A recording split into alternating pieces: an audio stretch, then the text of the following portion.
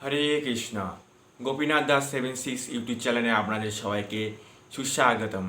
আগামী 13ই মে বুধবার অপরা একাদশীর উপবাস তিথি। এই ব্রত পালন করলে বা এর মাহাত্ম্য শুনলে যে সমস্ত জ্ঞাতসারে বা অজ্ঞাতসারে আমরা পাপ করে থাকি সেই সমস্ত পাপ নাশ হয়ে যাবে।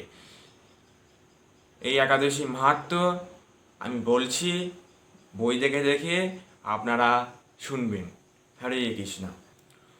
যুধিষ্ঠির মহারাজ ভগবান শ্রীকৃষ্ণের কাছে জিজ্ঞাসা করছেন, হে প্রভু, জ্যৈষ্ঠ মাসে শুক্লা পক্ষে যে একাদশী, সেই একাদশীর নাম কি, এর মাহাত্ম্য কি, দয়া করে আপনি আমাকে বলুন। ভগবান শ্রীকৃষ্ণ এই কথা শুনে খুব আনন্দিত হলেন। যখন আপনাদের কাছে কেউ যদি জিজ্ঞাসা করেন যে একাদশী কী বারে পড়েছে, এই একাদশীর নাম কি, আপনাদের যখন শুনলে আনন্দ হয়, তেমনি ভগবান শ্রীকৃষ্ণের তেমনি আনন্দ হয়েছে। তিনি হাসি মুখে মহারাজ যুধিষ্ঠিরকে এই একাদশী মাহাত্ম্য বললেন। ভগবান শ্রীকৃষ্ণ বললেন, হে মহারাজ যুধিষ্ঠির, খুব সুন্দর প্রশ্ন করেছেন। বহু পুণ্যদানকারী ও পাপ বিনাশকারী এবং পুত্রদানকারী এই একাদশী অপরা নামে খ্যাত। এই ব্রত যে ব্যক্তি পালন করেন তার প্রসিদ্ধ লাভ হয়। যেরকম গোহত্যা ও দ্রোণহত্যা, পরনিন্দা, পরশ্রী গমন, মিথ্যা ভাষণ, এই সমস্ত গুরুতর পাপ নষ্ট হয়ে যায়। বলছেন, যারা মিথ্যা সাক্ষ্য, ওজন বিষয়ে ছলনা করে, শাস্ত্রের মিথ্যা ব্যাখ্যা করে, জ্যোতিষী মিথ্যা গণনা করে, মিথ্যা চিকিৎসায় রত থাকে, তারা সকলেই নরক যন্ত্রণা ভোগ করে। এই সমস্ত ব্যক্তিরা এই ব্রত পালন করে তারা সমস্ত পাপ থেকে মুক্ত হয়।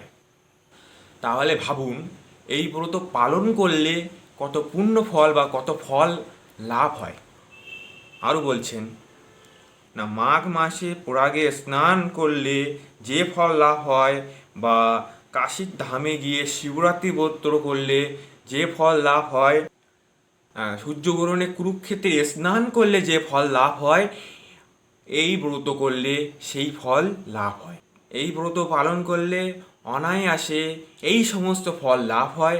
তাহলে ভাবুন, আমি যে সমস্ত কথা বললাম, পুণ্যের কথা, যে সমস্ত স্থানে গিয়ে করলে যে সমস্ত ফল লাভ হয়, এই ব্রত পালন করলে সেই সমস্ত ফল লাভ হয়।